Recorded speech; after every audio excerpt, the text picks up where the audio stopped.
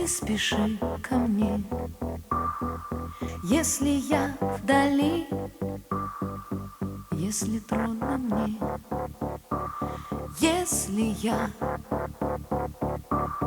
в самом страшном сне, если тень беды в моем окне. Ты спеши, когда обидят вдруг. Ты спеши, когда мне нужен друг. Ты спеши, когда грущу в тиши. Ты спеши, ты спеши.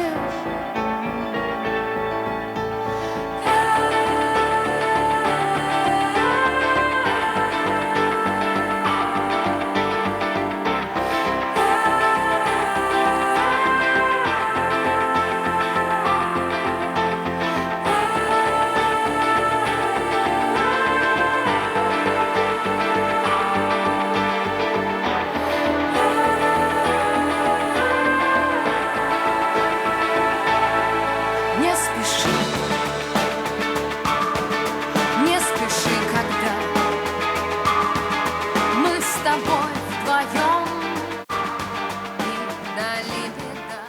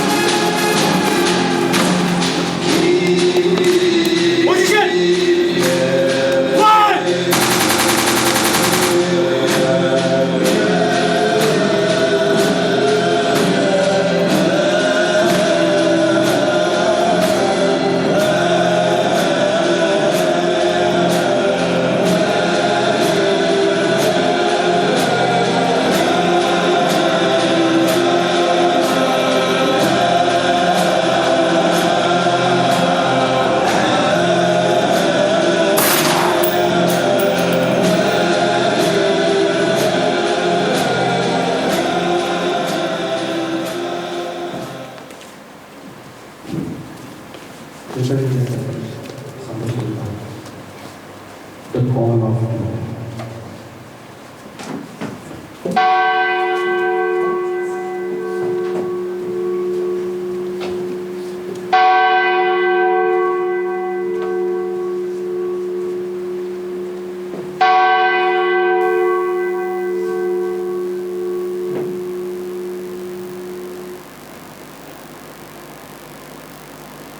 Dobre utro. Goodness of God. आमच्या विनंतीला मान देऊन आज सर्वजण आपण इथे आलात याच्याकरता मी शतशः धन्यवाद देतो. ईश्वराच्या एका संदेशाचा आधार घेऊन मी आज आपल्या सर्वांशी बोलणार. ईश्वराचा संदेश नीट लक्षात घ्यायला हवा, कारण त्याच्याच संदेशानं आपल्या सर्वांचं जगणं सोपं होतं आणि जीवन सार्थकी लागतं. संरक्षणासंदर्भात ईश्वर काय म्हणतो ते आपण एकदा बघूया. मॅथ्यू चॅप्टर 16 वर्स 25 याच्यामध्ये असा संदेश आहे. For whosoever will save his life will lose it. For whosoever will save his life will lose it. And whosoever will lose his life for my sake shall find it. नक्की काय म्हणतो ईश्वर? तो म्हणतो माझ्यासाठी, म्हणजेच या धर्मासाठी, या मातृभूमीसाठी, या मातृभूमीचं रक्षण करण्याकरता प्राणांची बाजी लावण्याची काळजी घ्यायला तो प्रभू समर्थ आहे. लक्षात घ्या, युद्धात स्वतःच्या प्राणांची भीती वाटणं भेकडपणाचं लक्षण आहे. मग अशा परिस्थितीत एका सैनिकाचा धर्म तो काय? युद्धात स्वतःच्या प्राणांची बाजी लावायची, मग संहार निश्चित आहे. युद्धात एक नियम असा असतो, जो सर्वात शेवटी जिवंत तो विजय. मग याच्याच अनुषंगाने जर शेवटी जिवंत राहायचं असेल तर शत्रूचा संहार अढळ आहे. असं बघा, युद्धात शत्रू किंवा मी याच्यापैकी कोणीतरी एकच विजयी होणार, बरोबर आहे? मग स्वाभाविकच आहे, मला शत्रूला ठार मारावंच लागेल. अजून एक महत्वाची गोष्ट, युद्धाची पार्श्वभूमी लक्षात घेता अजून एक महत्वाची गोष्ट, युद्धात समर्पण करताना संरक्षण हा प्रथम धर्म असतो आणि संरक्षणाकरता संहार करावाच लागतो. हा, कृपा करून इथे कन्फ्यूज होऊ नका. माझा सांगण्याचं तात्पर्य असं आहे की तो ईश्वर आपल्याला संहार करा अशा कुठल्याही प्रकारचा इथे संदेश देत नाही. ईश्वराच्या दरबारी संहार करणं हे पाप आहे. होय, पापच आहे. परंतु संरक्षणाकरता संहार हे मात्र क्रमप्राप्त समीकरण आहे. आणि माझ्या प्रिय देशवासियांनो, याला कुठलाही पर्याय नाही.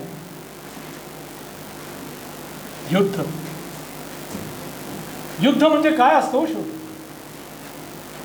युद्ध म्हणजे कत्तल आली, युद्ध म्हणजे अनैतिकता आली, युद्ध म्हणजे व्यभिचार आला, युद्ध म्हणजे दुष्प्रचार आला आणि युद्ध म्हणजे दुराचार सुद्धा आला. हीच वास्तविकता आहे. खूप अवघड असतं युद्धामध्ये माणसाने माणसाचा माणूस म्हणून विचार करणं. कारण युद्ध केवळ दोन बाजूंमध्ये विभागलं गेलेलं असतं, केवळ दोन बाजूंमध्ये. एक म्हणजे आपला मित्र आणि दुसरा शत्रू. ईश्वराचा तो संदेश जो लक्षात ठेवेल तोच माणूस म्हणून विचार करू शकेल या अशा प्रसंगी. अखेरीस तो कॉल योग्य का अयोग्य हे ज्याचं त्याने ठरवावं. परंतु एक गोष्ट मात्र ध्यानात ठेवायला हवी, आणि ती म्हणजे अशी की त्या ईश्वराला अशी माणसं आवडतात जी जीव घेत नाही पण जीव वाचवतात. Humanity. The world needs to realize the importance of humanity. जीव वाचवणारी माणसं. Oh my Lord. असो, आज आपण सर्वजण इथे आलात याकरता चर्चच्या वतीनं मी पुनश्च आपल्याला आभार व्यक्त करतो. आपल्यात उपस्थित असलेल्या एका सैनिकाबद्दल, त्याने युद्धभूमीवर जे कार्य केलं त्याच्याबद्दल ॲक्नॉलेजमेंट करायला म्हणून आज आपण इथे जमलेलो. मी आपल्या सर्वांच्या वतीनं आता कमांडर अलेक्झांडर यांना विनंती करतो की त्यांना आपल्यासमोर येऊन त्यांचे अनुभव सांगावे. So may I request each one of you to put your hands together in welcoming Commander Alexander. Thanks a lot, Father. God bless you, my child.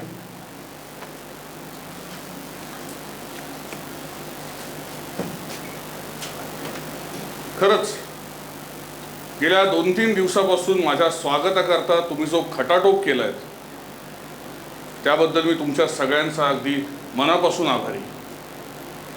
अहो, तुम्हाला भेटायची ओढ मला लागलीच होती. कुठल्याही सैनिकाला घरी परतायची ओढ असतेच, पण त्याचं कर्तव्य त्याला त्याच्या या आवडीला प्राधान्य देऊ देत नाही. कुठल्याही सैनिकाला स्वतःच्या देशाकरता स्वतःला संपूर्णपणे अर्पण करायची सवय असतेच, पण असं प्रासंगिक समर्पण आणि प्रासंगिक व्यक्तिगत विचार ते करायची मुभा नसते सैन्यात. किंबहुना सैनिक हा पेशा जोडला गेल्यावरच प्रत्येक सैनिकाला तशी सवयच होऊन जाते. आणि आपलं कर्तव्य बजावत असताना कुठलाही सैनिक वेगळा असा काही त्याग वगैरे करत नसतो. हो, पण खरी परीक्षा असते ती म्हणजे अनेकदा आपल्यातल्या माणूसपणाचा त्याग करावा लागतो. हो, अगदी एक सैनिक म्हणून सुद्धा युद्धभूमीवर आपल्यातल्या माणूसपणाचा त्याग करावा लागतो. आणि माझ्या मते ते फार कठीण आहे. विचार करून बघा, एक माणूस म्हणून माणसाच्याच मृत्यूला कारणीभूत होणं आणि एक माणूस म्हणून हा मृत्यू उघड्या डोळ्यांनी बघत राहणं हे कसं शक्य असेल? खरंच थोडा विचार करून बघा. एक हत्या होत असताना हत्येकराचे क्रूर डोळे आपल्या सावजाच्या डोळ्यात केविलवाणे भाव पाहत आहेत, आणि तेच केविलवाणे डोळे आपल्या हत्येकराच्या डोळ्यात क्रूर भाव पाहत आहेत. अहो, किती भीषण आहे हे. पण युद्धामध्ये या सगळ्या भावनांना मारून माणूस सैनिकाच्या भूमिकेत जातो ना, तेव्हा तो माणूस नसतो ना.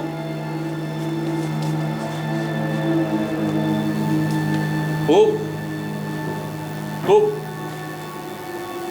तो केवळ सैनिक असतो.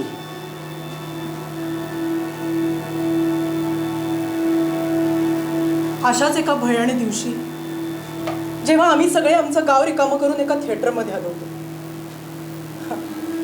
नाही, तुमच्यासारखं नाटक बघायला नाही, स्वतःचा जीव वाचवायला. आमच्याच गावात आम्हीच लपून बसलो होतो. आम्ही सगळे म्हणजे 650 ते 700 माणसं जे हे गाव सोडून जाऊ शकले नाही. मी आणि माझी लहान बहीण जी 7 महिन्याची प्रेग्नंट होती, तिला कशी बशी घेऊन आम्ही दोघे त्या कॅम्पमध्ये आलो. तिचा नवरा 2 दिवसापूर्वीच मेल्याची बातमी आली होती. सिव्हिलियन सैनिक होता तो. तिला तिथे घेऊन आले आणि एकदा सुटकेचा निश्वास सोडला. आमची रवानगी एका गरोदर महिलांच्या खोलीत झाली होती.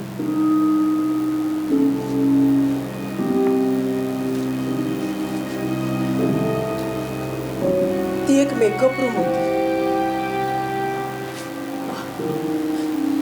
कधी काळी नट तिकडे चेहऱ्याला रंग लावत असत, पण आमच्या चेहऱ्यावरचा रंगच उडायचा जेव्हा विमानांचे आणि रणगाड्यांचे आवाज यायचे. मला आठवते, एक दिवस त्या कॅम्पमध्ये मी असं समोरच्या बाजूला काही लहान मुलांचा अभ्यास घेत होते, त्यांना शिकवत होते.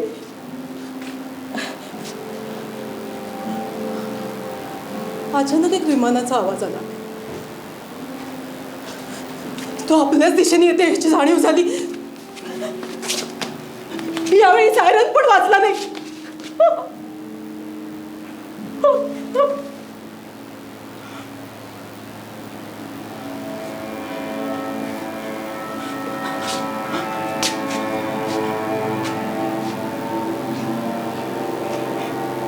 जोराचा आवाज, बॉम्ब फुटल्याचा. त्यांनी बरोबर नेम धरून मध्यभागी बॉम्ब हल्ला केला.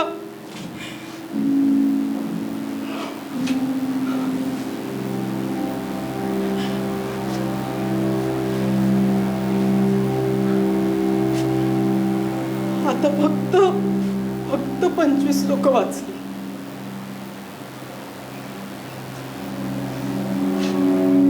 आता त्या उरलेल्या 25 लोकांनी कुठे लपायचं?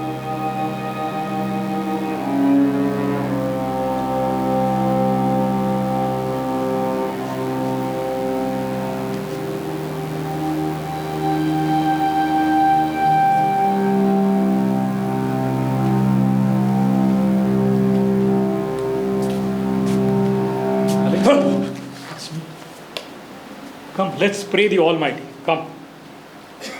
Come. Come, my child.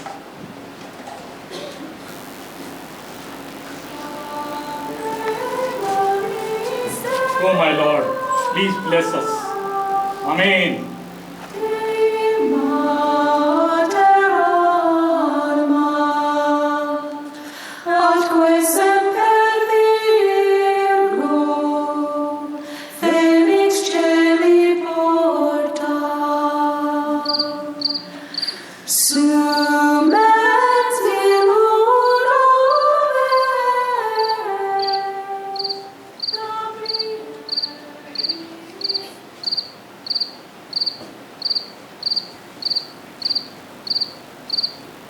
Dad,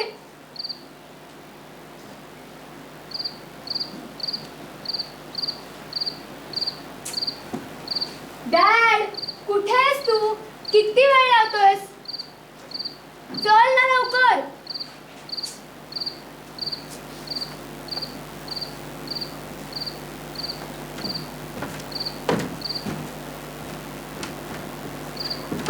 अरे वा, आज पत्ते खेळायचा प्लॅन आहे वाटतं. Yes, great. चला, कुठला गेम खेळायचा? दुरा खेळूया. याला तुला माहिती आहे मला अवघड गेम नाही खेळता येत यार. ठीक आहे, आपण बुरा खेळूया. तू चेष्टा करतेस का माझी? तू दरवेळेस असंच करतोस ना? प्लीज. फाईन, आपण कोजेक खेळूया. तो फायनल आहे. डन. चलो. आपण किती दिवसांनी पत्ते खेळतोय ना? खरंच ग, मला तर आठवतच नाही याच्या आधी कधी खेळलो होतो. मी तुला खूप मिस केलं डॅड.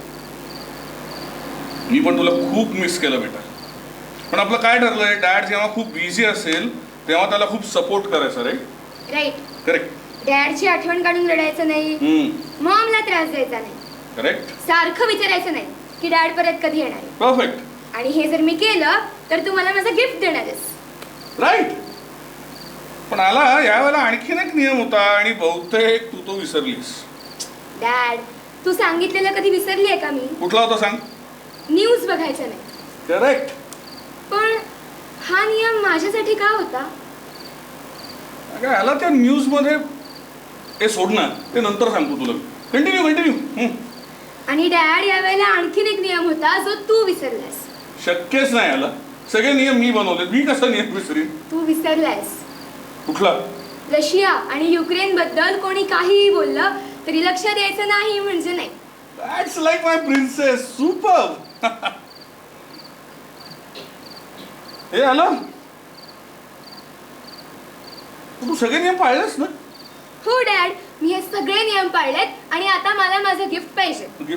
हे मी जिंकलो. हे बघ. जिंकलास? हे काय चीटिंग केलीस ना तू? चीटिंग? अगं तुझ्या समोर खेळलो ना आता. ते जाऊ देत, मला माझं गिफ्ट पाहिजे. गिफ्ट? प्रूफ कुठे आहे? प्रूफ? जीसस, तुला आता माझ्याकडून प्रूफ हवंय? ह्याला मला सांग, तू टीव्ही बघितलास का नाही बघितलास हे बघायला मी इथे होतो का? नाही. मग मला प्रूफ पाहिजे. तू मॉमला विचार ना. मॉमला कुठे काय माहिती? मॉम, अगं मॉम, मला नाही खेळायचं. ह्याला काय झालं? मी तुझ्यावर विश्वास ठेवायचा आणि आता तू हे असं बोलणार आहेस का? काय बोललो मी? आता तुला ना तू केलेल्या प्रॉमिसची आठवण करून द्यायची वेळ झाली. बर.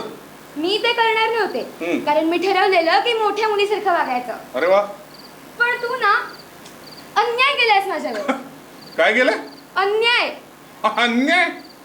अरे बापरे, तर मला कळू तरी रे, मी माझ्या प्रिन्सेसवर काय अन्याय केलाय. नाही बोलायचंय डॅड तुझ्याशी. हे बघ याला, तू जर मला नीट सांगितलंस ना काय झालं, तर आपण याचं सोल्युशन काढूया, नाही का? डॅड, किती दिवस वाट पाहिली तुझ्या फोनची. तुला साधा एक फोन नाही करता आला. अगं मी फोन करणारच होतो. माहितीये, तुझी सगळी कारणं मला माहिती आहेत. मला काम होतं, देशाला माझी गरज आहे. माझी प्रिन्सेस स्ट्रॉंग आहे. अगं मी जेव्हा फोन करायचो ना, तेव्हा तू झोपलेली असायचीस किंवा शाळेत गेलेली असायचीस. डॅड, तुझी ही सगळी कारणं आता मला तोंड पाठ आहेत. Try something new. बघ प्रयत्न करून.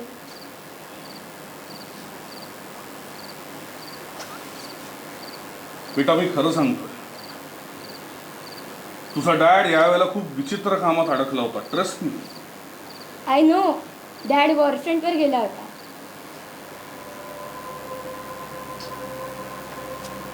वॉरफ्रंट? ह्याला तुला हा शब्द कोणी सांगितला? Social media? नाही डॅड, आपलं ठरलंय ना. नाही बघितलंय मी. डॅड, तुझी आला आता मोठी झाली आहे. कळतात तिला गोष्टी. पण जरी मी मोठी झाली असेल ना, तरी मी तुझी प्रिन्सेसच आहे.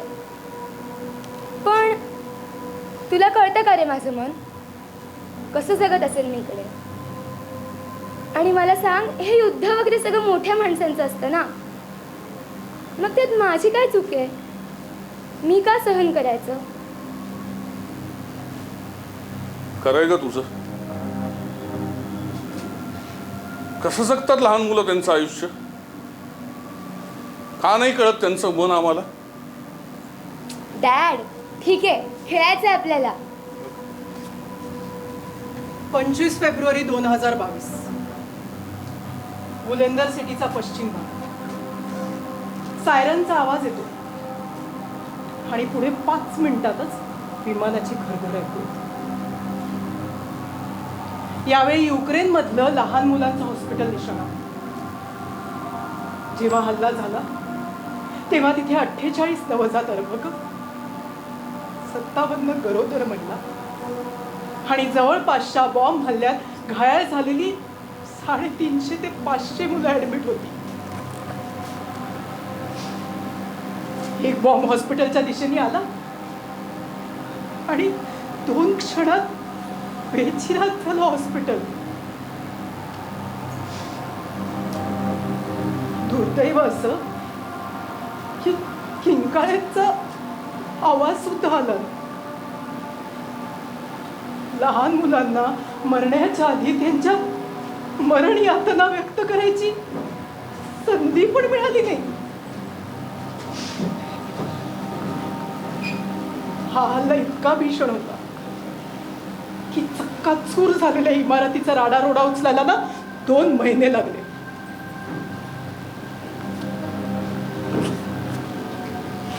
आता त्या मृतात्म्यांची साक्ष द्यायला त्यांची दुर्गंधी उरली केवळ. खरे पण जे मेले ना ते सुटले. युक्रेन सरकारची नोंद पाहिली तर 1,05,000 मुलं पोरकी झाली केवळ या युद्धामुळे.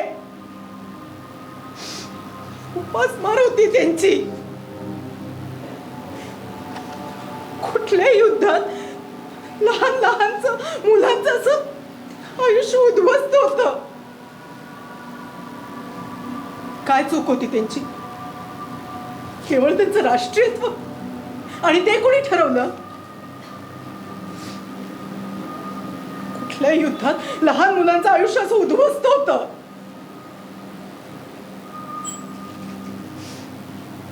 साधारण 28 फेब्रुवारीला रशियाने स्टेटमेंट जाहीर केलं की लहान मुलांच्या हॉस्पिटलमध्ये सैनिकी तळ होत.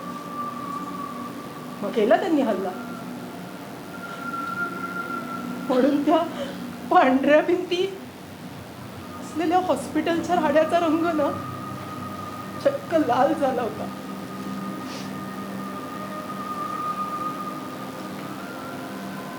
खरंच लहान मुलांचं मन कळतं का आपल्याला?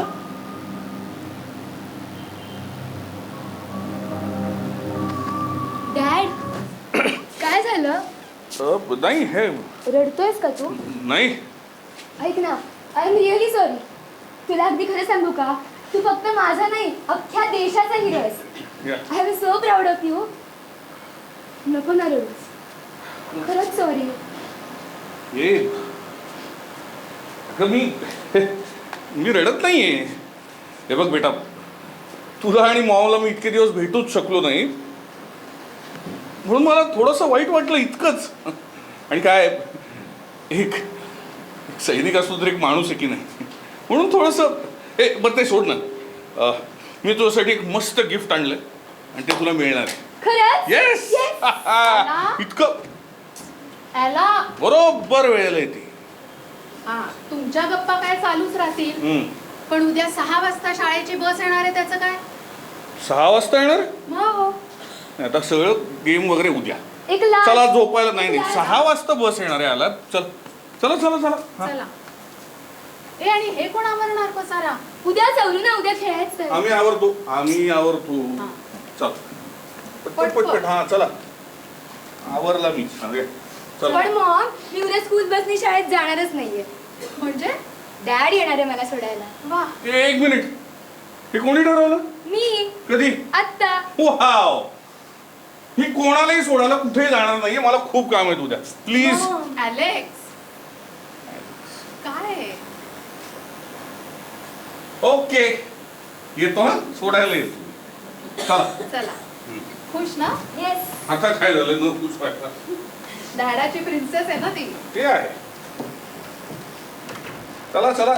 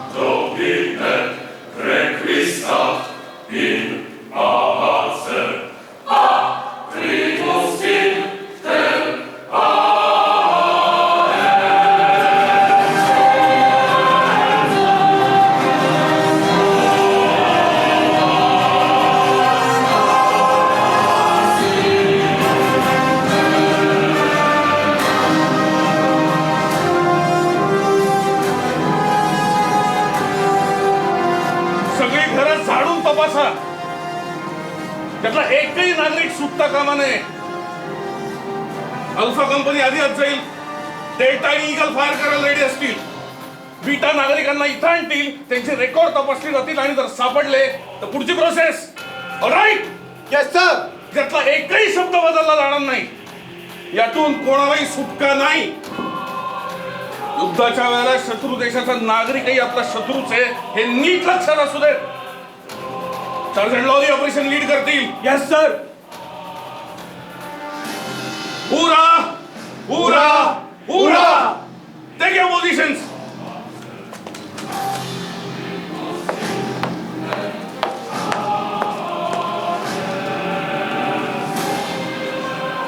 Sir, yes Boris. कालचा डेटा प्रोसेस करून आलाय सर. ओके. 557 नागरिक सापडले. कोण सापडले? 557 नागरिक सर. नागरिक? हं? नागरिक? नागरिक नाही, शत्रू आहेत ते आपले, शत्रू. पुन्हा जर अशी चूक झाली तर सर्जन लॉरीची गोळी तुझा जीव गेला. नीट लक्षात ठेवायचं, शत्रू. Leave. Sir, I said leave.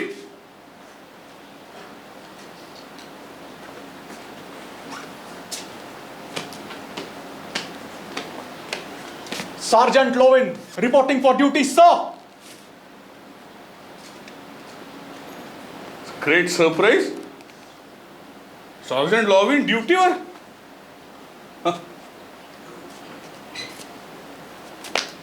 Nice to see you man. At ease. नाही पण सार्जंट लॉविनला ड्युटीवर यायची गरज काय पडली? अरे थोडी विश्रांती घ्यायची ना. युनिटला सोडून कुठली विश्रांती आहे सर? लॉविन, तुझा स्वभाव माहिती आहे मला, आणि कालच तुझा फिटनेस टेस्टचा रिपोर्टही वाचलाय मी. अरे पण थोडी विश्रांती घे. नाही म्हणजे सार्जंट लॉविनला बेस कॅम्प सोडता येणार नाही, अशा स्ट्रिक्ट ऑर्डर्स आहेत माझ्याकडे. मी समजलो नाही. युद्धात झालेल्या जखमांचे व्रण हे मजबूतीचं लक्षण आहे, कमजोरीचं नाही, असं तुम्हीच म्हणाला होता. जेवढ्या गोळ्या खाल्ल्याचे व्रण शरीरावर जास्त, तेवढा शौर्याचा अनुभव अधिक. मग एखाद दुसरी गोळी शरीराला चाटून गेली तर काय फरक पडतो? उलट ताकद वाढते या हरामखोरांना धडा शिकवण्याची. आणि फार फार तर काय होईल या I देशासाठी. don't want my best man to be down. होईल ते सोडून काहीही बोल. Sorry sir. I promise you that I will take care of myself. That's better. आणि तसंही हे युद्ध आपण जिंकल्यात जमाय. ते तर होणारच. पण सध्या तरी इथेच थांबायच्या ऑर्डर्स आहेत. I said quiet. ए काय चाललंय तिकडे? Everyone stand by. सॉरी, येऊ देत तिला.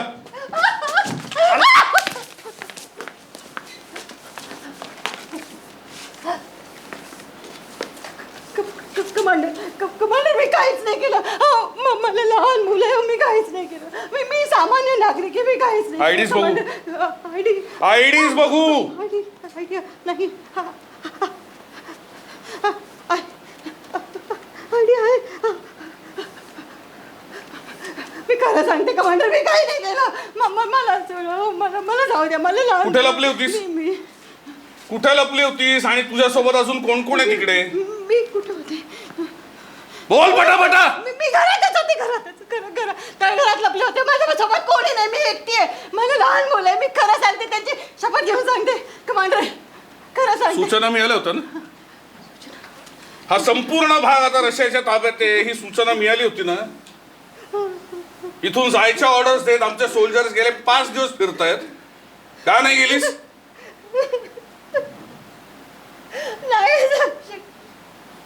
नाही जाऊ शकले. माझी ती छोटी आहे ना, तिला दमा आहे. थंडी खूप होती कमांडर. मी नाही जाऊ शकले. मी खरं सांगते. थापा बंद करा. थापा नाही मारते, खरं सांगते. मी खरं सांगते, त्यांची शपथ घेऊन सांगते. हो, त्यांचा बाप सिव्हिल सैनिक आहे. तो गेलाय कुठेतरी.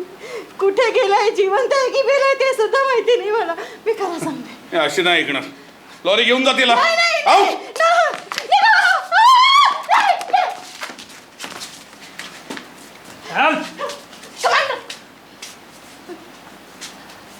कमांडर, मी ऐकलं ते दुसऱ्या कॅम्प मध्ये बायकांचा वापर.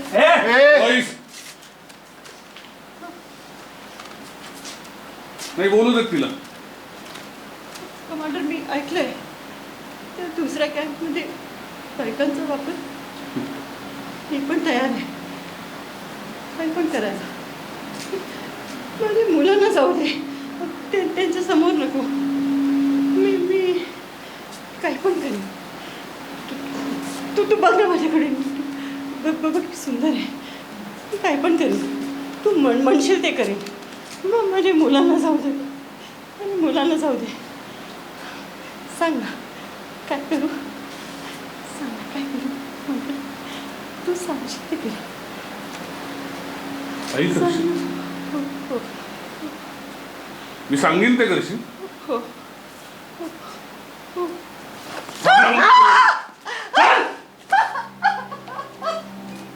ए बाई, अगं कोण समजतेस कोण आम्हाला? सैनिक होता मी, भडवे नाही. आल्यापासून तुझ्या अंगाला कोणी हात लावलाय का? काय तमाशा लावलाय उगाच? तर यापुढे एक शब्द जरी बोललीस ना, डोक्यात गोळी घालून जीव घेईन तुझा मी. काय bitch!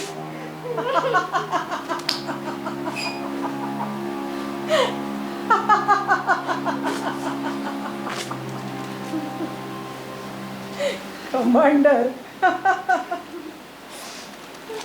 अगं तू कशाला आपल्या अश्रुवाळा घालवतीयस? रडून इकडे काही फरक पडत नसतो ग. यांना जर भावनांची भाषा कळली असती ना तर जगात युद्धच झाली नसती. भावना शून्य, मर्दुंकी दाखवायला उन्मत्त झालेले षंड नराधम आहेत हे. षंड नराधम. त्यामुळे तू अजिबात काळजी करू नकोस आणि धीटपणे यांना सामोरं जा.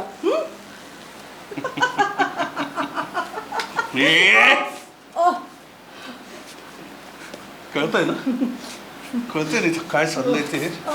तरी असायला येत आहे. काही साईड बघू रे.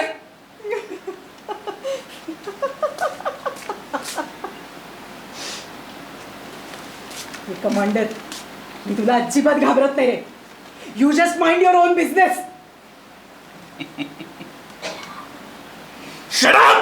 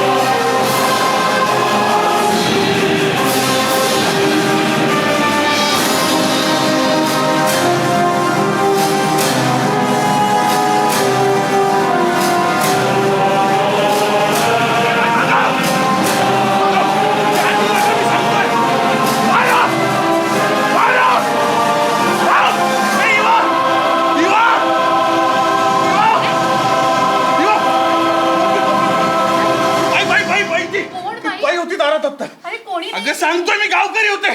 ती बाई दारात आहे. तू बघून ये, बघून ये तू. हो हो बाई अलेक्स, दिसली, बाई दिसली. अलेक्स, ती बाई. अरे कोणीही नाहीये तिथे. युवा तू शांत हो. थांब, मी पाणी घेऊन नको येते. पाणी. ऐक अरे ऐक. काय झालं? ती बाई थुंकली माझ्या तोंडावर. ती बाई थुंकली बघ. सगळे डाग लागलेत. मी कधीपासून साफ करतोय, नाही जात. जात नाहीये डाग. थांब थांब थांब, मी पुसते. गेले? हो हो. डाग गेले? हो. काय झालं? ऐक मी कोणावरही अत्याचार केलेला नाही. मी नाही दिले ऑर्डर्स. मी कोणाचाही छळ केला तर मी नाही येत असं. हिवा ऐक अलेक्स, माझा पूर्ण विश्वास आहे तुझ्यावर. तू अत्याचारी नाहीयेस. तू कुणावरही अत्याचार केलेले नाहीयेस. It was just the call of duty. तू तुझी जबाबदारी पार पाडत होतास. That's all. माझा पूर्ण विश्वास आहे तुझ्यावर. आणि एक लक्षात घे, हे जे तुला भास होत आहेत ना, हे या 4 भिंतींच्या बाहेर नाही जाणार. So don't worry, relax. You are all safe here. हां, रिलॅक्स. मी आता तुला औषध देते, नको म्हणजे शांत झोप लागेल. नको नको नको इवा. मी झोपलो ना की ती बाई आठवते. ॲलेक्स, नको. ॲलेक्स, उद्या ॲलाला सोडायला जायचं ना शाळेत. ह्याला हां, ॲलाला सोडायला जायचं. येस ह्याला. हो चल, ह्याला हळू. ते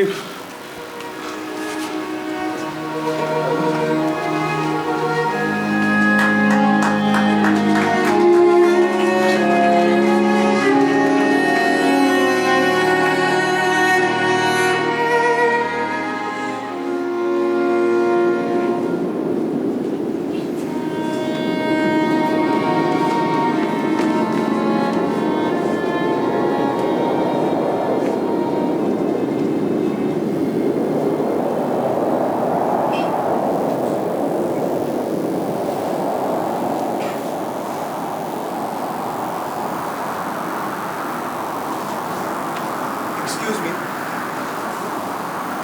हे कमांडर अलेक्झांडर पेट्रो यांचंच घर आहे ना?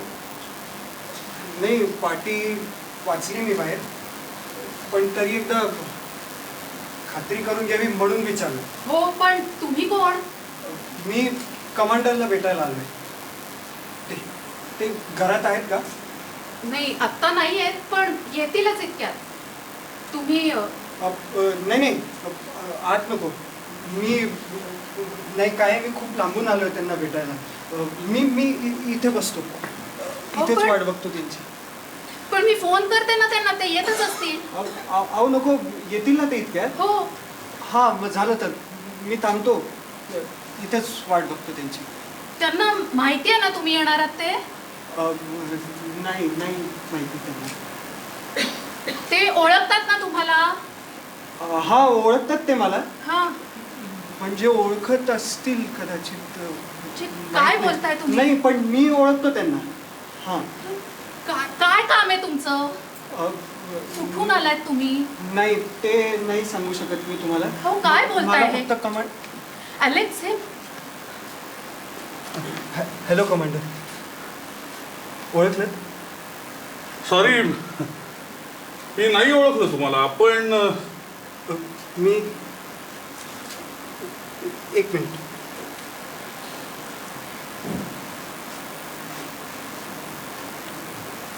आता ओळखलं?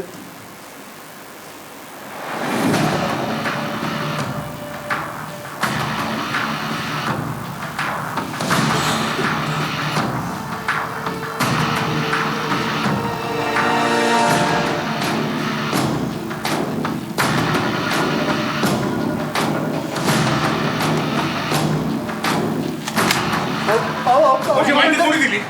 नाही, माझी माहिती कोणी दिली? काहीतरी गैरसमज होतोय. खाली बस. मी खरंच खाली काही बस. केलेलं नाहीये. किंवा आज जा. माझं म्हणणं ऐकून घ्या. मी किंवा आज जा. भेटायला आलोय.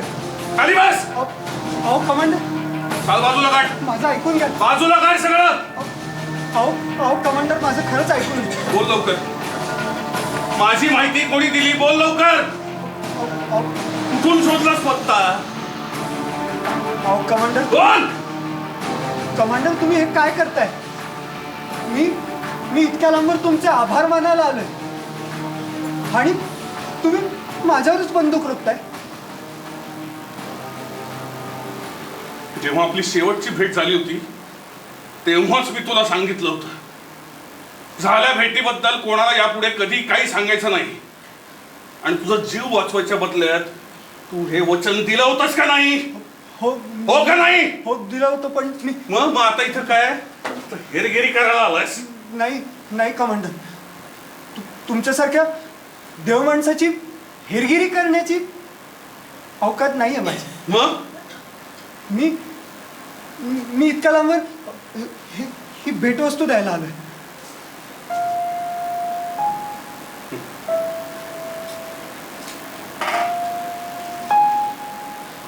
भेटवस्तू ही द्यायला तू इतक्या लांबवर आलायस? हो, गोष्टच तशी. असं समजा कृतज्ञता व्यक्त करायची होती.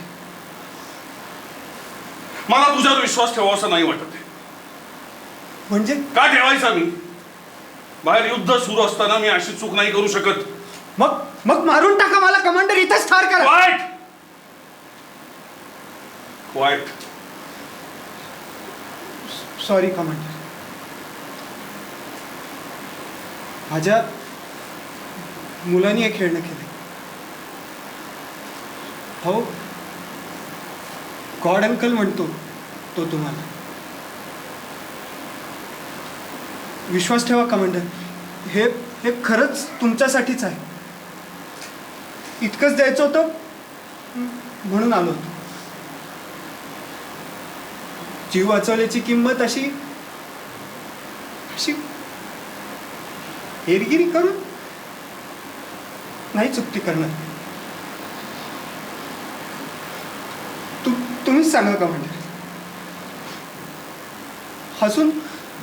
अजून वेगळं काय बोलू?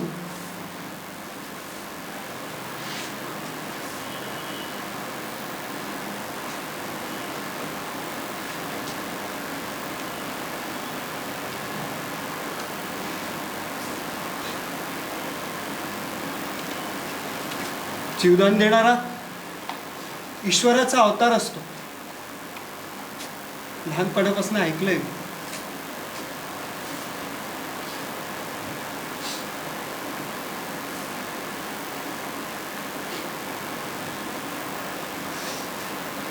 नीट लक्षात ठेव, यापुढे कधी कोणी काहीही विचारलं तरी आपली भेट कधीही झालेली नाही. कळलं?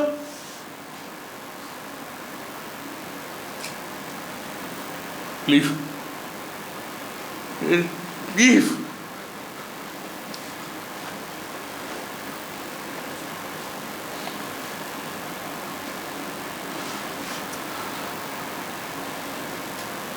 कमांडर, माझा मुलगा तुम्हाला भेटल्यापासून म्हणतोय मीही सैनिक होणार, मी पण सैन्यात जाणार.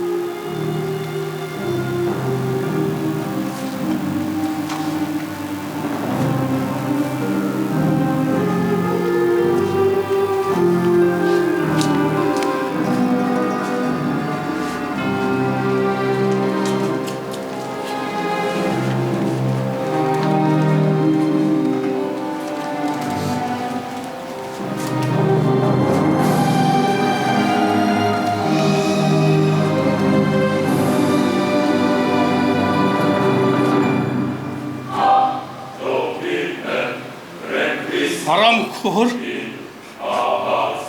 थुंकलीस माझ्या तोंडावर. कमांडरवर तुमतेस तू.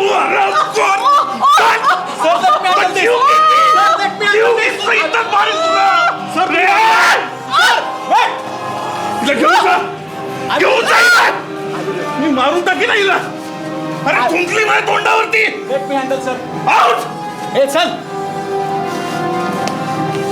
हे कमांडर, तुला अजिबात घाबरत नाही.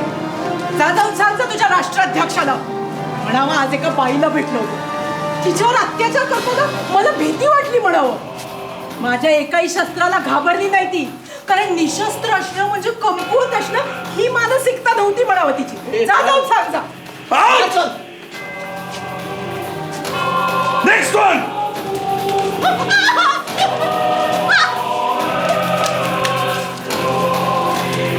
क्विक.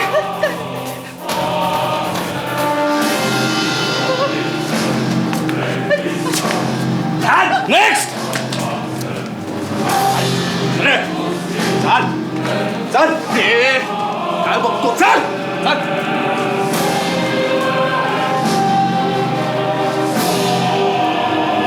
Quick, quick!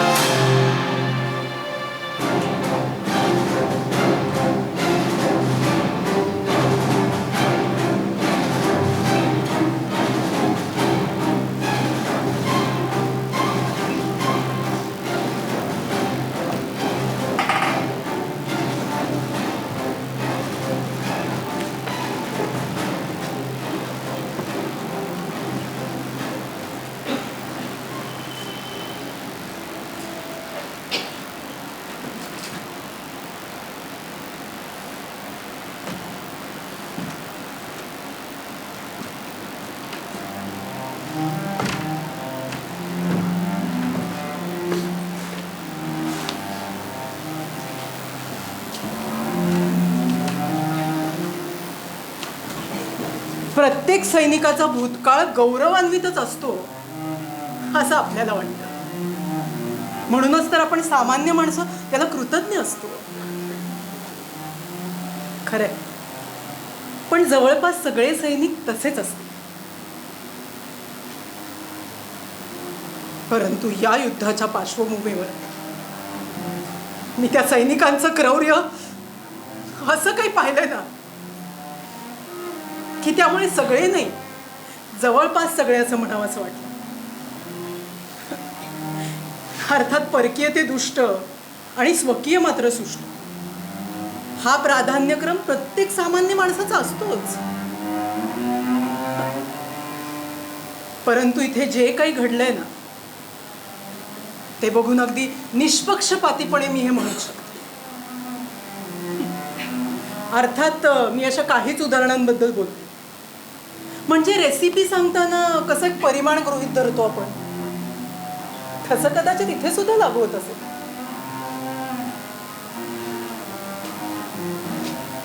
समचलन आणि व्यस्तचलन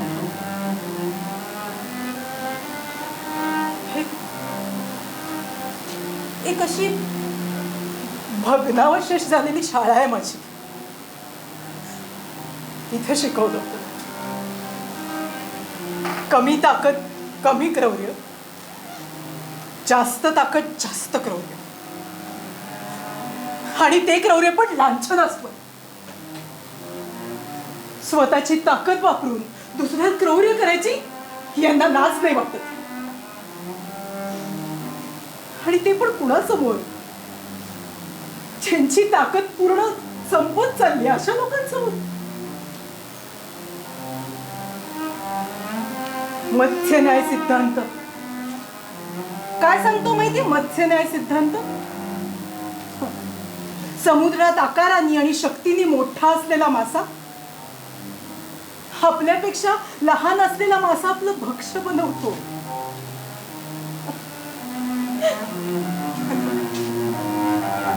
जंगलाचा पण तोच न्याय कमांड. म्हणूनच नेटो हवा होतो ना, युक्रेनला शक्तिशाली बनवायचं होतं. घ्या, कोणीही आलेलं नाही. युक्रेन रशिया वॉर मध्ये युक्रेनच्या मदतीसाठी नेटो देशातनं एकही सैनिक आला नाही. 1994 सालच्या हंगेरी करारामध्ये याच युक्रेनच्या सार्वभौमत्वाचा ठराव पास करून याच बलाढ्य देशांनी आपला पाठिंबा दर्शवला होता ना युक्रेनला. कुठे गेले? कुठे गेले? आणि हो, त्याच मत्स्यन्याय सिद्धांतानुसार आपलं भक्ष्य बलाढ्य ठेवण्याआधीच त्याची शिकार करणं हेही तितकंच न्यायिक मानलं जातं. केलं रशियाने युद्ध, आपला शत्रू बलाढ्य होण्याआधीच त्याला खेळखेळ करून टाकलं. नैसर्गिक नाहीये का ते? 1994 साल हंगेरी करार आठवलं का काही?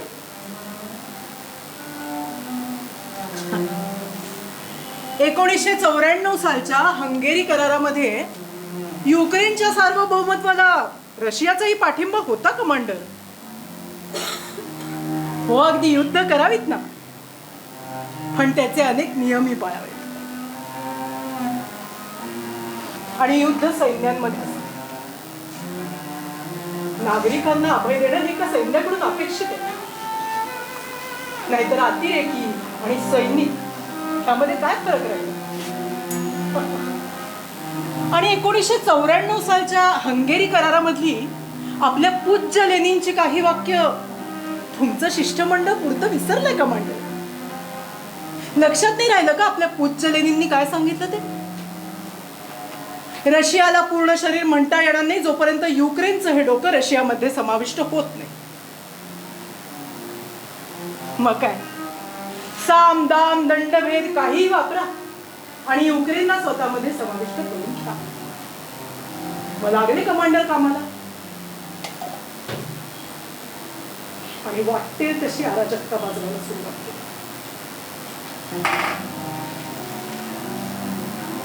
युद्ध पाहिलं की वाटतं एवढा क्रूर कसा काय बनू शकतो माणूस?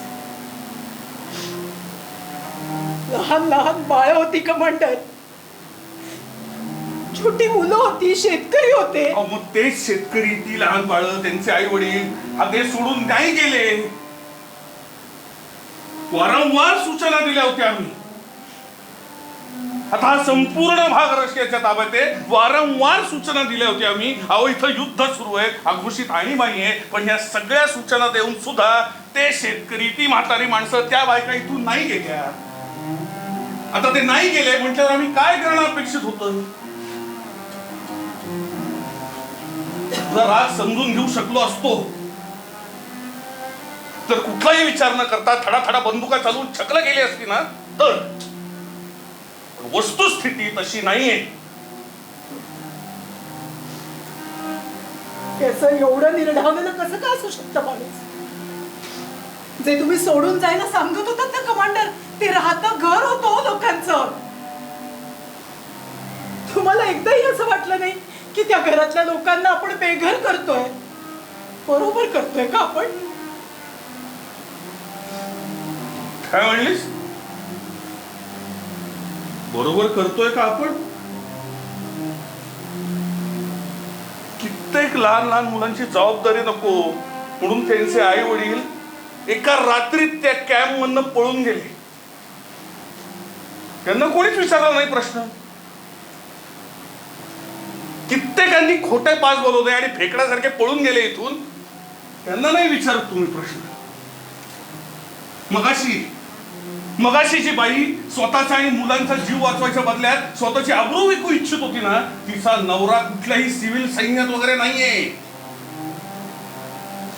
तो हरामखोर आपल्या कुटुंबाची जबाबदारी टाळून त्यांनाही काही न सांगता एका रात्रीत पळाला कॅम्प मधून. त्यांना विचारलास प्रश्न? बरोबर करतोय का आपण?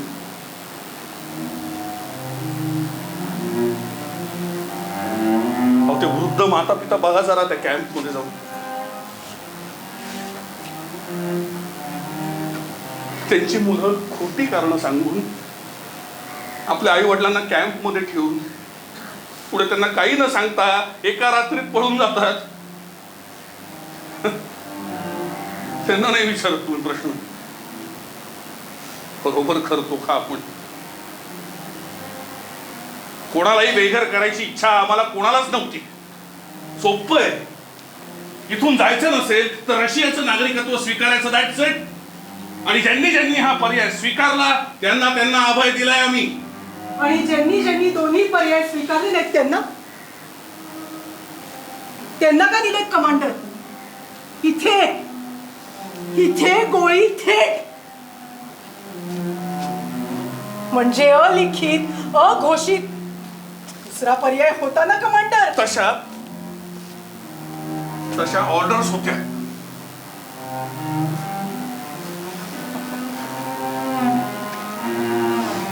म्हणजे तिसरा पर्याय होता. तर तिसरा पर्याय होता का नव्हता हे मी तुला सांगू इच्छित नाही. का बरं? ऑर्डर्स आहेत का तुम्हाला मला न सांगण्याच्या? ए बाई, ऐक ना, तुझं जर झालं असेल बोलून तर तू प्लीज इथनं येऊ शकतेस, प्लीज.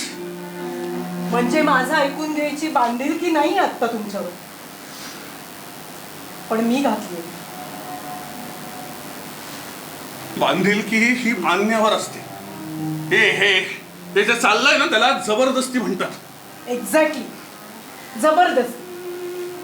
जशी तू केलीस ना तशी आता मी करते. हे बाई ऐक ना, मी अगदी खरं सांगतो. I be very honest. मला खूप त्रास होतोय विचार करून. मला नाही करायचा विचार. तू जा इथनं प्लीज. हा, अशी कशी जाऊ मी कमांडर? कबुली करून घ्यायची. जे बेघर झाले, बेअप्रू झाले, मृत्युमुखी पडले, त्यांना पण त्रास होतच होता ना. युद्ध म्हणजे त्रासच आहे ना. पण त्याला आता काय करणार? इथे जे जे झालं त्या सगळ्याची आणि सत्याची जोपर्यंत कबुली देत नाहीस ना तू, तोपर्यंत माझा पाश काही सुटणार. आणि हा जो मुखवटा चढवलास ना तू, बेनकाब झाल्याशिवाय तुला यातून सुटका नाही कमांडर.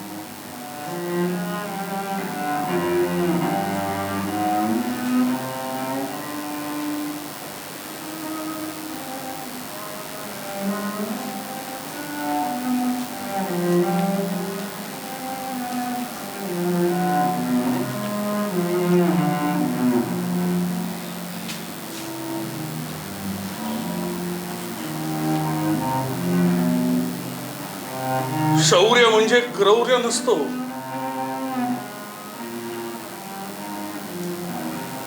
युद्धभूमीवर पराक्रम गाथा लिहिली गेली पाहिजे, पण वस्तुस्थिती तशी आहे का?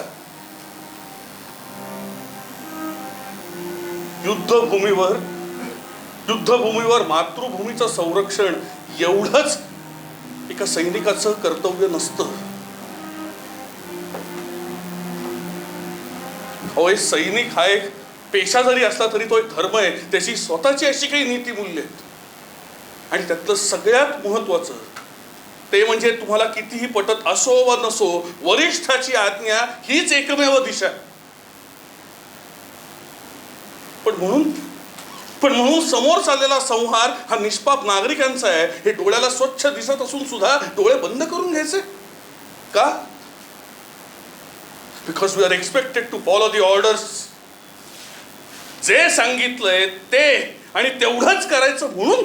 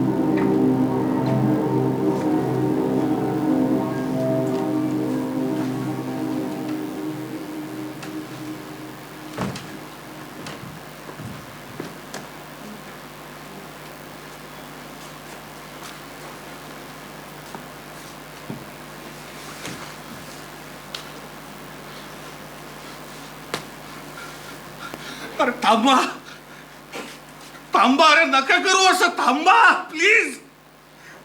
अरे ते सैनिक नाहीयेत.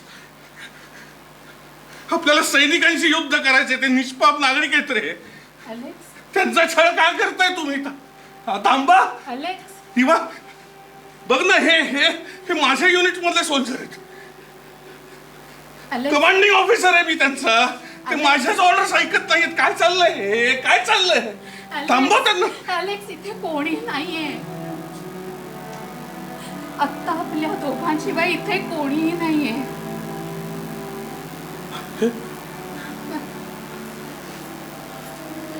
काय होतंय?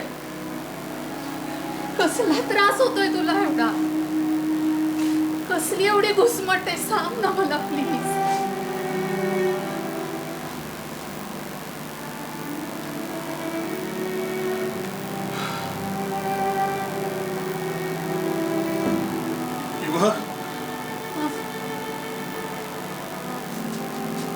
किंवा युद्ध जिंकू किंवा हारू, मला इथं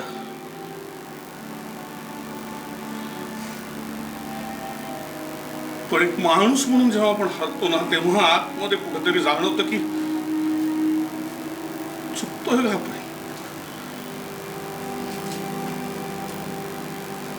किंवा जेव्हा मी पहिल्यांदा सैनिक हा पेशा स्वीकारला होता ना, तेव्हा मला भविष्यात असं काहीतरी बघायला लागेल याची पुसटशी कल्पना नव्हती का.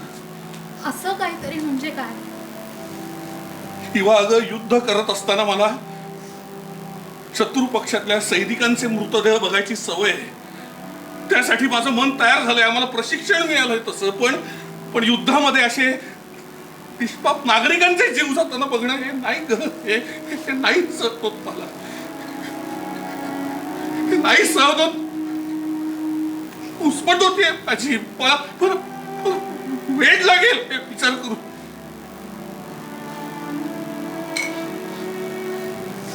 किंवा सतत सतत प्रश्न मनात येतो की युद्धभूमीवर मी घेतलेले निर्णय योग्य होते का अयोग्य होते.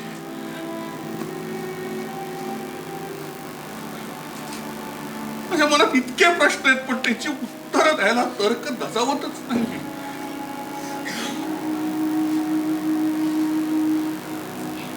एक जाणीव सतत पाठलाग करते माझा.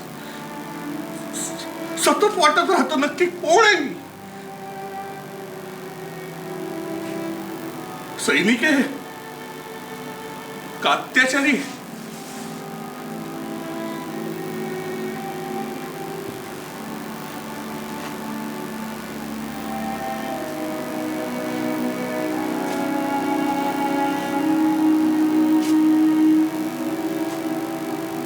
जो सैनिक युद्धामध्ये शत्रू पक्षातल्या सैनिकांशी न लढता त्या पक्षातल्या निष्पाप नागरिकांचा छळ करतो ना, त्याला सैनिक म्हणून नाही संबोधलं जात. त्याला अत्याचारी म्हणतात. नाझींना जगाने सैनिक म्हणून कधी नाही संबोधलं.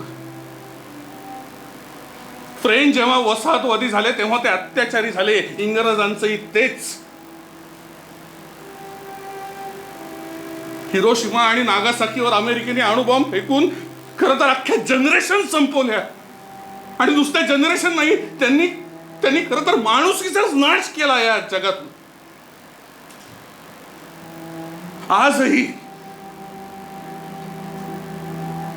आजही इस्रायलला मानवी वस्तीवर हल्ला केल्याबद्दल जगाला उत्तरं द्यावी लागतायत.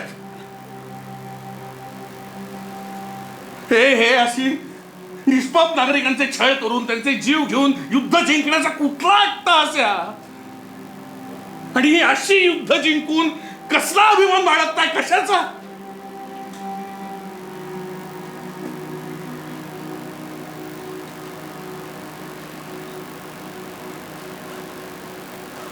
हो, आज मला ठामपणे सांगायचंय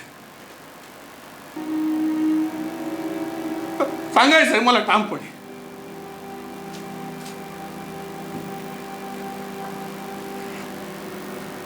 आमच्या कॅम्पमध्ये शत्रू पक्षाचे जे निष्पाप नागरिक कैदेत होते त्यांना सोडवलं मी. आज मला छाती ठोकपणे सांगायचंय की जेव्हा जेव्हा मला शक्य झालं तेव्हा तेव्हा अगदी क्रूरपणाचा आव आणूनही मी त्या निष्पाप नागरिकांना सोडवलं, त्यांना जीवनदान दिलं आणि ते जीवनदान देऊन मी माझ्या खऱ्या सैनिक असण्याचा धर्म पाळलाय.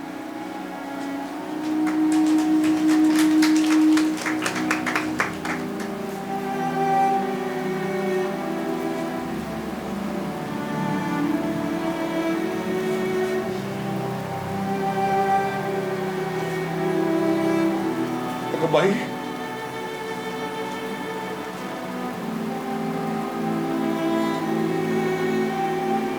जेव्हा आपल्या मनामध्ये योग्य अयोग्य, चूक बरोबर, न्याय अन्याय हे द्वंद्व सुरू होतं ना, तेव्हा तेव्हा आपल्याला आपल्या सत्सद विवेक बुद्धीला पाचारण करावं लागतं.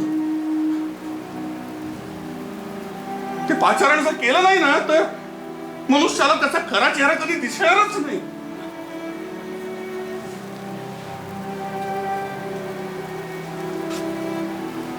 तू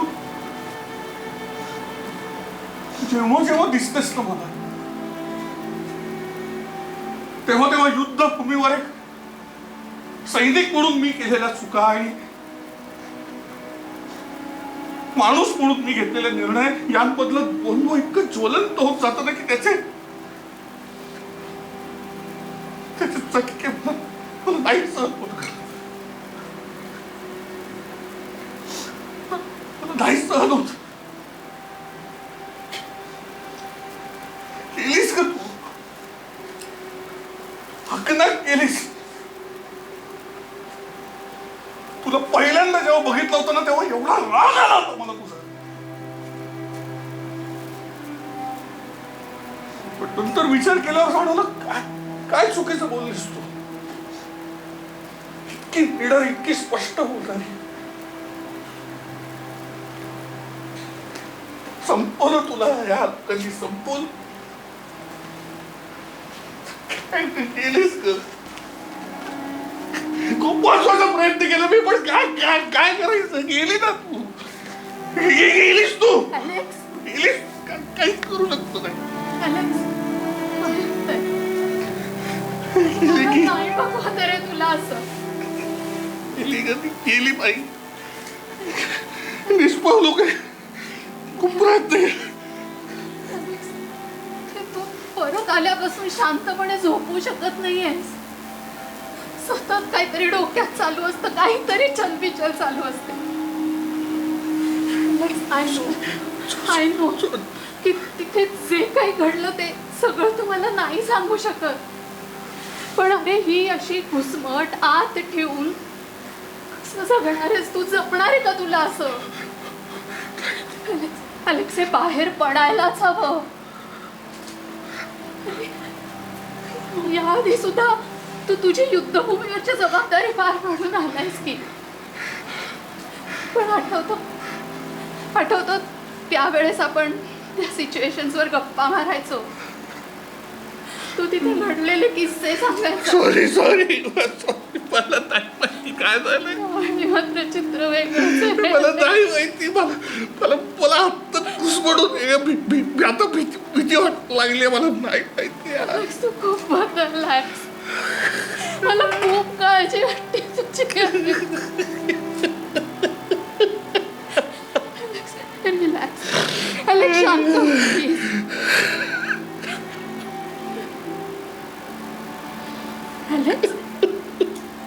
अलेक्स, एक काम करशील? फादरशी बोलशील?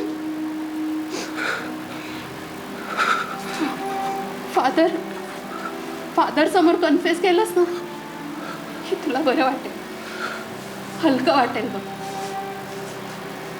उद्या चर्चमध्ये तुझं भाषण आहे ना, ते झाल्यावर फादरला भेट. तेव्हा तुम्ही दोघंच असाल फक्त. हां,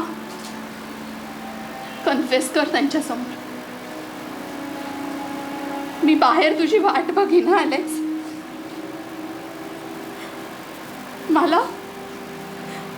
पूर्वीचा अलेक्स बघायचा आहे. मी वाट बघेन तुझी. हं? Maugham, Relax. डॅड, मॉम, स्कूलच्या बाहेर प्रोटेस्ट चालू आहे रशियन सोल्जर्सच्या अगेन्स्ट. ते म्हणतात रशियाने युक्रेनवर अन्याय केलाय. पण डॅड, काहीही झालं तरी I will always support you. हां, त्यांना डोंट डू. शाळेतून आली असा चल आवरून घे. हं?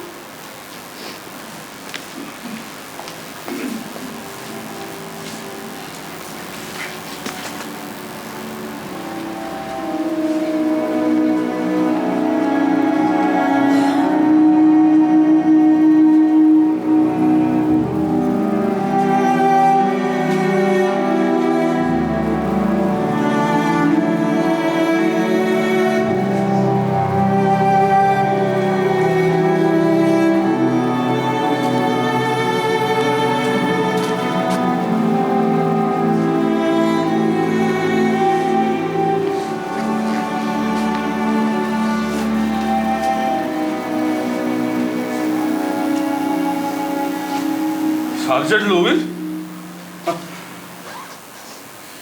Nice to see you, man. अरे तू स्पीचला होतास? माझं स्पीच होतं चर्चमध्ये. मी स्पीचला नव्हतो आलो, मी घरी गेलो होतो. घरी? तिथे समजलं की तू अजूनही चर्चमध्येच आहेस. माझं काम सोपं झालं. तसंही ॲला आणि युवासमोर अवघड पडलं असतं. नाही, सॉरी, मला नीटचं काही कळलं नाही. But anything serious?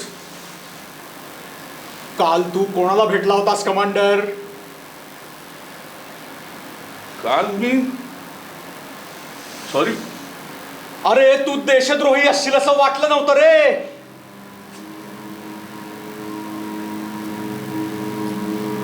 हो.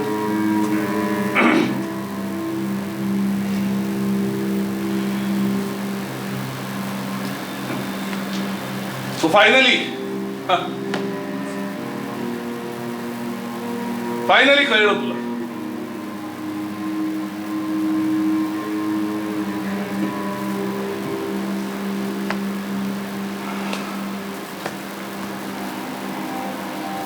लोविन नव्हतं सहन होत मला. आपल्या कॅम्पमध्ये मी रोज ज्या घटना बघत होतो त्या माझ्या सहनशक्तीच्या पलीकडच्या होत्या. आज काय लुटालूट, उद्या बलात्कार, परवा खून. शाळा सोडल्या नाहीत, चर्च सोडली नाहीत. अरे त्या नवजात बालकांचं हॉस्पिटल, तो रक्ताचा सडा मी नव्हतो बघू शकत.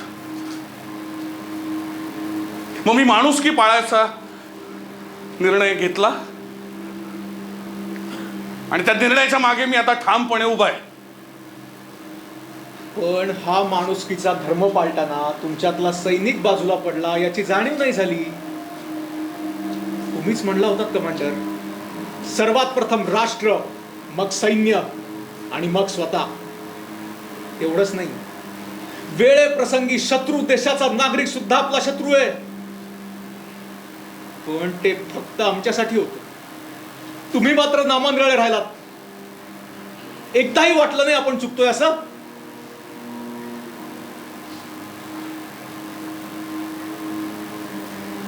नाही, जाणीव झाली ना लोविन, मला जाणीव झाली. पण लोविन काय असतं ना, आपल्याला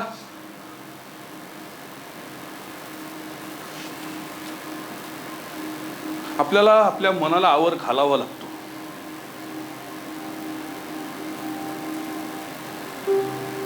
युद्धभूमीवर एक माणूस म्हणून आपण जेव्हा सात्विकतेनं विचार करतो ना,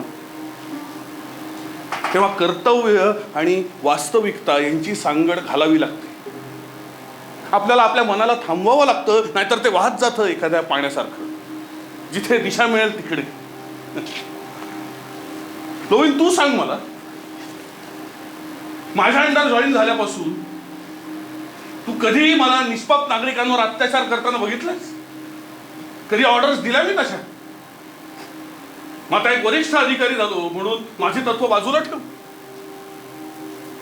आणि एक नवीन लक्षात ठेव,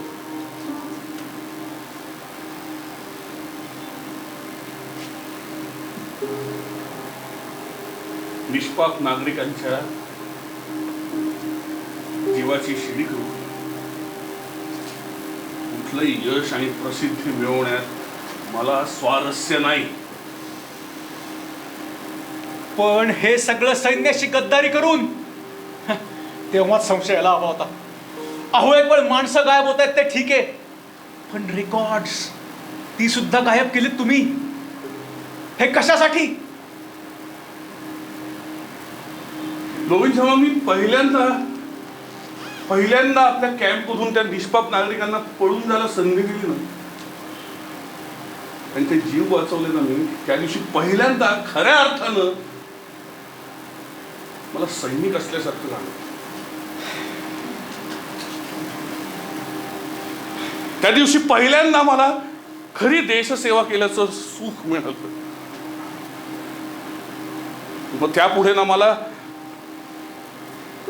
मला माझं भवितव्य दिसलं ना वरिष्ठांच्या ऑर्डर्स. पण गोविंद, आज मला मी केलेल्या कृतीचे परिणाम काय होतील याची पूर्ण जाणीव आहे. आता जो माझा देश, जो मला माझ्या प्राणापेक्षा प्रिय आहे, त्या माझ्याच देशात आता मी देशद्रोही ठरणार.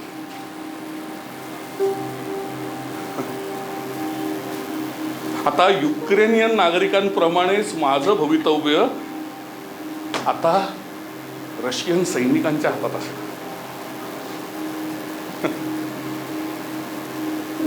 पण मी घाबरत नाही, गयावया तर मुळीच करणार नाही.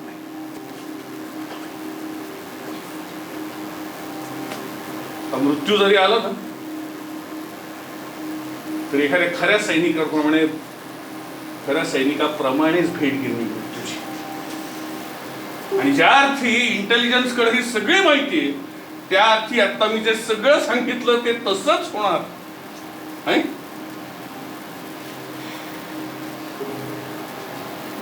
काय दुर्दैव आहे, तुमच्यासारख्या माणसाच्या आयुष्यात देशद्रोहाचं लांछन यावं. मला माहिती आहे कमांडर, तुम्ही मृत्यूला घाबरत नाही, पण तुम्हाला देशद्रोही ठरवून आम्ही कसं पुढे जायचं?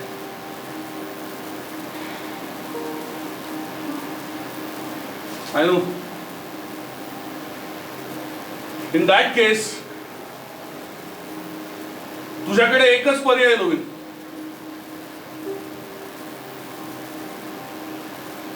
Shoot me. What?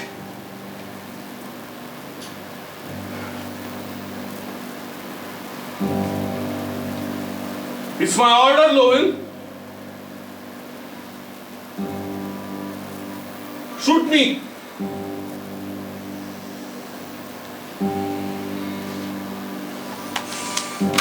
Come.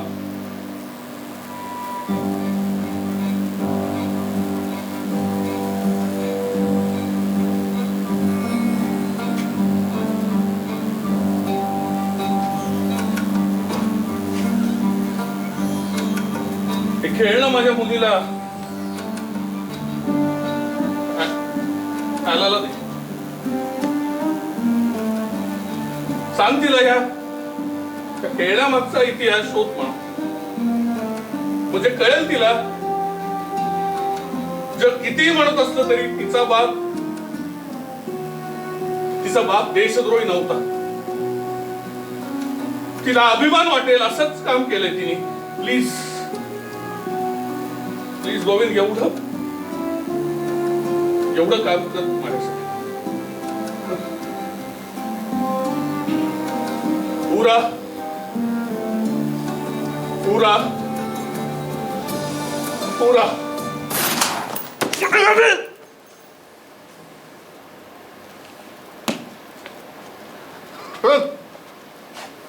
पूरा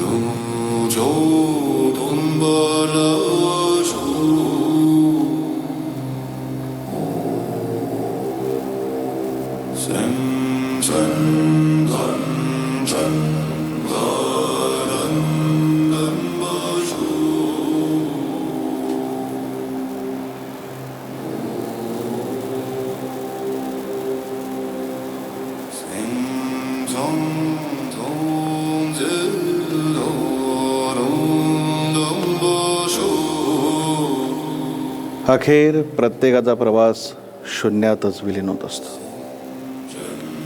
शून्य म्हणजे काय? ती केवळ एक संख्या आहे का एखादी स्थिती? शून्य म्हणजे नुकसान नाही, शून्य म्हणजे फायदाही नाही. शून्य म्हणजे निव्वळ जगणं नाही आणि तो मृत्यूही नाही.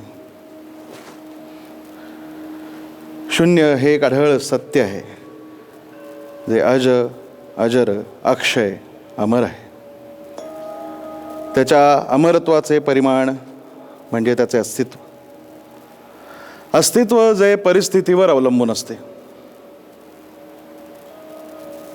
पण अशा अशांत आणि अराजक वस्तुस्थितीमध्ये या शून्याचे अस्तित्व टिकवण्यासाठी सात्विकतेचे अधिष्ठान गरजेचे असते.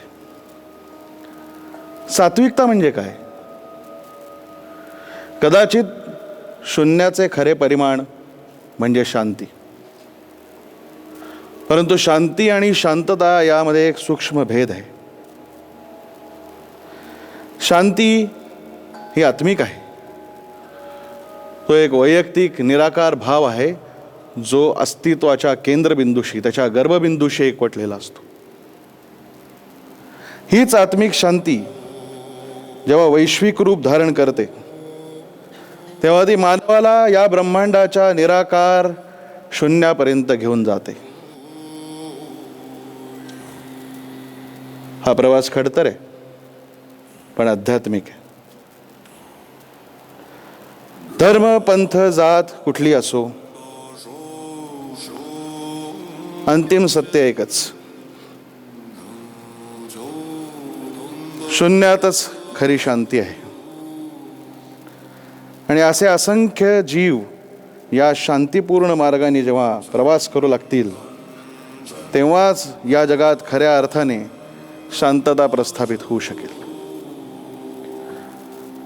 आता या शून्याचा शोध घेणे आणि पर्यायाने स्वशांतीपर्यंत जाण्याचा प्रवास हीच आहे मानवाची खरी कॉल ऑफ ड्युटी.